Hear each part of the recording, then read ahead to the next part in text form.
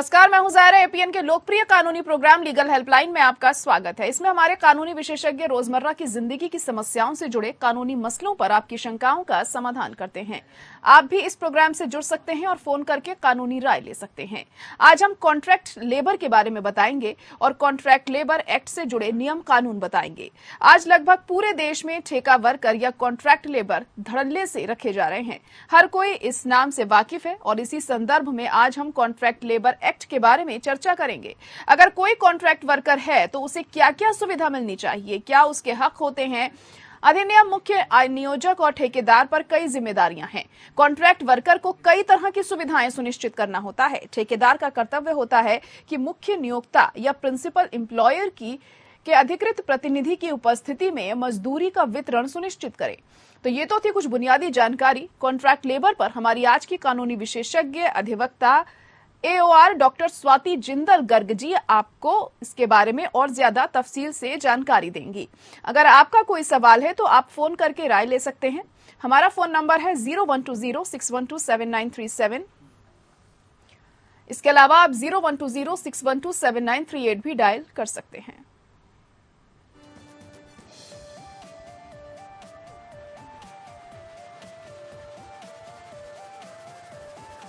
और हमारी अधिवक्ता स्वाति जिंदल जी जुड़ चुकी हैं इस वक्त। स्वाति जी, बहुत स्वागत है आपका हमारे इस खास प्रोग्राम में। और सबसे पहले आपसे यही जानना चाहेंगे कि कॉन्ट्रैक्ट लेबर की कानूनी परिभाषा क्या होती है।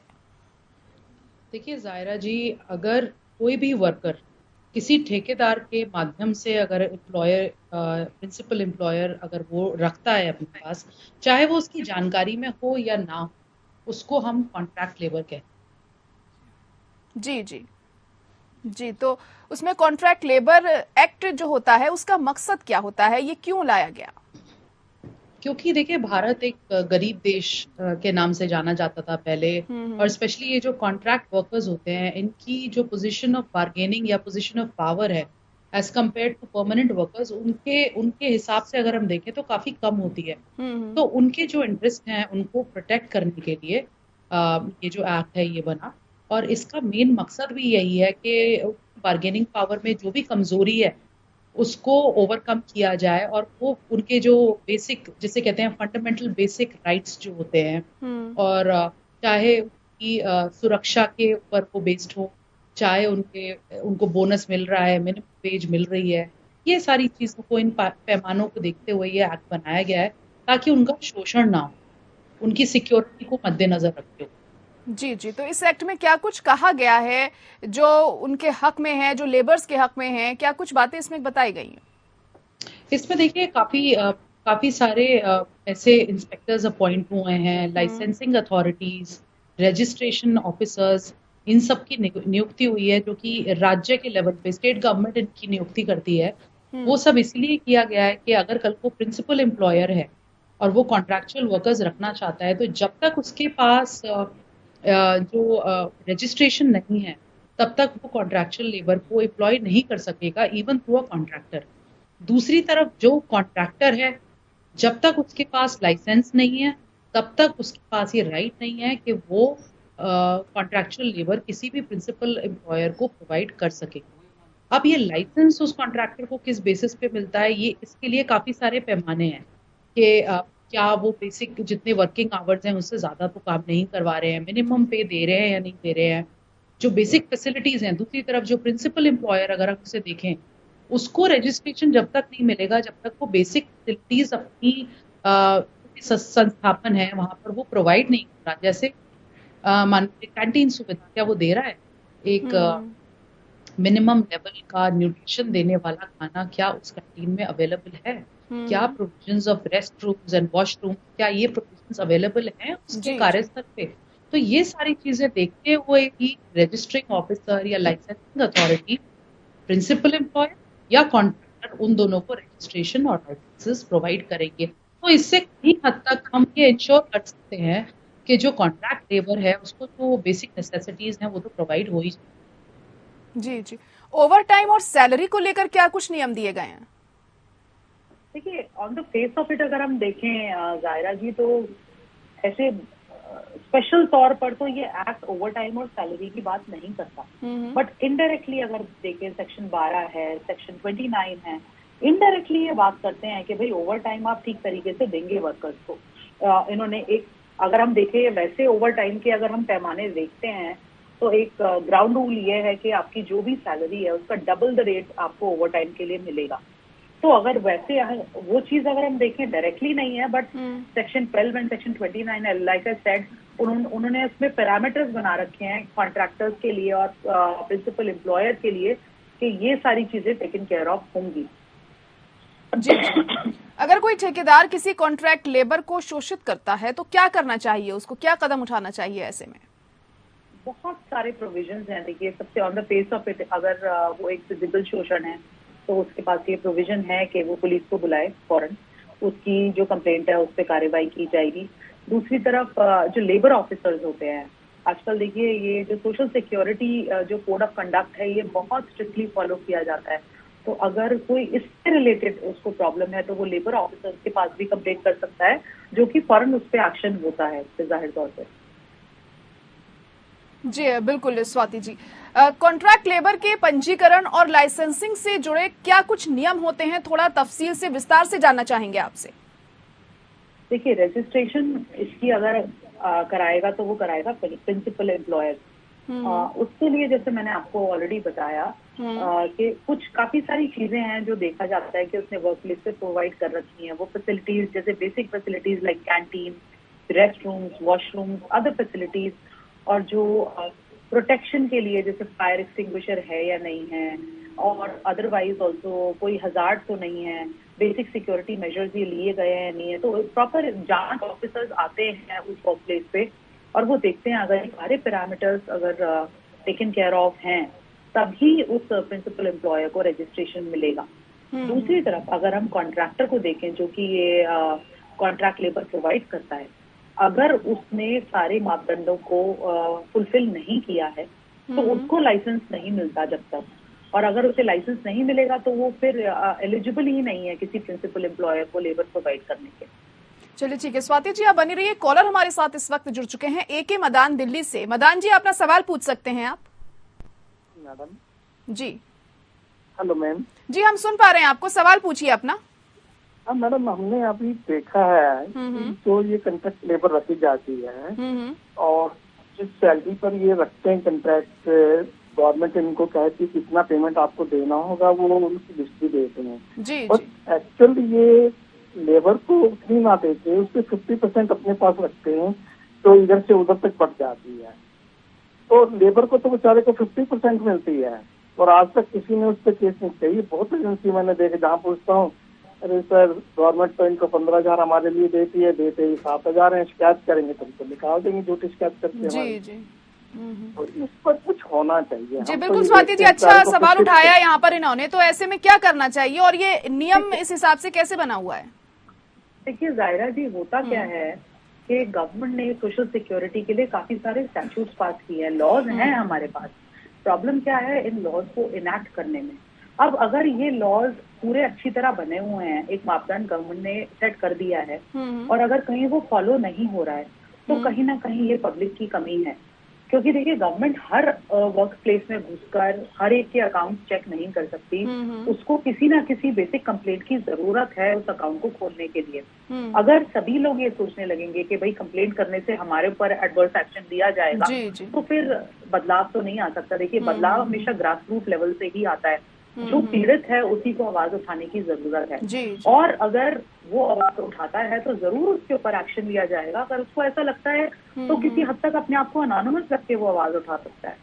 जी बिल्कुल, एक साथ मिलकर एकजुट होकर आवाज उठानी चाहिए ऐसे में अगर आपके साथ शोषण हो रहा है। तो उम्मीद है मदान जी आपको जवाब मिल गया होगा।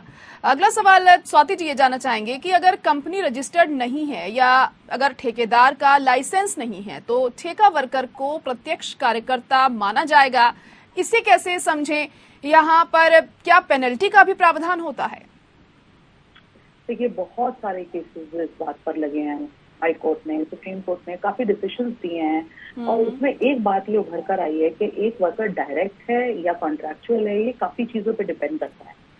हमको सबसे पहले ये देखना पड़ता है कि उस वर्कर की सैलरी उसको कौन डिस्बर्स कर रहा है, कौन दे रहा है। क्या वो डायरेक्टली उसको प्रिंसिपल एम्प्लॉयर दे रहा है या वो उसको थ्रू द कॉन्ट्रैक्टर मिल रही है। उसके ऊपर डायरेक्ट कंट्रोल कॉन्ट्रैक्टर का है या प्रिंसिपल एम्प्लॉयर का है। ये सारी चीजें अगर हम देखेंगे एक बार, तो हमको जाहिर तौर पर on the face of it पता लग जाएगा कि वो वर्कर कॉन्ट्रैक्चुअल है या प्रिंसिपल डायरेक्ट एम्प्लॉय है। तो इस बात में कोई शक नहीं है कि अगर उसका ओवरऑल कंट्रोल कॉन्ट्रैक्टर का है उस वर्कर पे और सैलरी जो उसको डिस्बर्स हो रही है वो भी थ्रू द कॉन्ट्रैक्टर हो रही है, तो वो हम मान के चलेंगे कि वो कॉन्ट्रैक्चुअल वर्कर है। दूसरी चीज ये है कि अगर जो भी एक्ट कहता है उसके ऊपर फॉलो अप नहीं हो रहा है, तो उसके लिए भी पेनल्टी का प्रोविजन दिया हुआ है। It's there under the act itself. तो उस केस में जो एक्ट है वो ये कहता है कि भाई 3 महीने की सजा या 1000 रुपए जुर्माना या दोनों। और अगर एक बार जुर्माना लेवी होने के बाद भी जो भी व्यक्ति कानूनी दोषी पाया गया था, अगर उसके कंडक्ट में कोई सुधार नहीं आता या वो रिपीटेड वही मिस्टेक दोबारा दोहराता है, तो फिर ये अमाउंट बढ़ता जाता है। स्वाति जी, अगला सवाल आपसे ये जानना चाहेंगे कि भर्ती और छटनी को लेकर क्या है मौजूदा कानून। इंडस्ट्रियल रिलेशंस कोड या औद्योगिक संबंध संहिता के जरिए श्रम मंत्रालय ने भर्ती और छटनी को लेकर कंपनियों को ज्यादा अधिकार दिए हैं, इसके बारे में जानना चाहेंगे। देखिए, भर्ती और छटनी शायद इस तौर पर अगर आप बोले शायद लोग इतना नहीं समझ पाए। इसको हम कॉमनली हायरिंग एंड फायरिंग कहते हैं। जो कॉमन कॉन्सेप्ट, जो जनरल पार्लांस जो आजकल यूज होता है, वो है concept of hiring and firing. तो भर्ती और छटनी को अगर हम ये एक्ट देखते हैं तो एक्ट ये कहता था कि जिस भी कार्यस्थल पे 100 लोगों से ज्यादा लोग नहीं है, मतलब 100 लोगों तक का मापदंड था, उनको एक ये पैरामीटर बना हुआ था कि अगर वो किसी भी तरह की भर्ती या किसी भी तरह की छटनी करते हैं तो उनको गवर्नमेंट से जो भी गवर्नमेंट ने ऑर्डर्स पास कर रखे थे या जो पैरामीटर्स बना रखे थे उसको फॉलो करना पड़ेगा। अब क्या हुआ है, अब ये जो 2020 में एक नया बिल आया है, अगर उसमें देखें हम तो उसमें काफी तरह की फ्रीडम दी गई है जो एम्प्लॉयर्स हैं, जो कॉन्ट्रैक्टर्स हैं उनको। अब क्या करा है, अब जितनी भी फैक्ट्रीज हैं उनको ये जो 100 लोगों की जो एक बेसिक नंबर था उसको बढ़ाकर कर दिया गया है 300 लोग। तो जहां तक हम अगर इस चेंज को अगर हम देखते हैं, अगर इस बिल को पास कर दिया जाता है तो पहले अगर 100 वर्कर्स रखने वाली कोई फैक्ट्री है उसको जो रूल्स एंड रेगुलेशंस वो फॉलो करने पड़ते थे, अब वो बढ़ाकर 300 लोग कर दिए। तो काफी हद तक देखें तो उनकी फ्रीडम जो है, जो एम्प्लॉयर की फ्रीडम है, वो काफी हद तक बढ़ गई है। जी। तो नए कानून में कॉन्ट्रैक्ट कर्मचारियों की सीमा को 20 से बढ़ाकर 50 कर दिया गया है। इससे क्या कामगारों को नुकसान होगा? हाँ, जैसे मैंने आपको बताया, ये जो नया बिल आया है 2020 का, इसमें ये जो बेसिक नंबर है, पहले अगर आपको ये सारे रूल्स एंड रेगुलेशंस अगर आप 19 लोगों तक रख रहे हैं तब तक आपको फॉलो नहीं करने पड़ते थे। 20 या 20 से ज्यादा हो तब आप ये सारे जो कंप्लायंसेस हैं इनको आपको फॉलो करना पड़ेगा। लाइसेंस लेने की प्रोविजन या रजिस्ट्रेशन कराने की प्रोविजन, ये आपको तभी ये सब करना पड़ता था जब 20 या 20 से ज्यादा आप कॉन्ट्रैक्चुअल वर्कर्स रख रहे होते थे। अब ये जो नया बिल आया है इसमें ये जो नंबर है इसको 20 से दुगना से भी ज्यादा बढ़ा के 50 कर दिया गया है, 2.5 गुना बढ़ा दिया गया है। तो कुछ लोग ये भी हैं, देखिए हर सिक्के के 2 पहलू होते हैं। एक पहलू वो ये कहता है कि भाई आपने 20 से 50 कर दिया तो कहीं ना कहीं आपने एम्प्लॉयर की जो पावर है वो बढ़ा दी।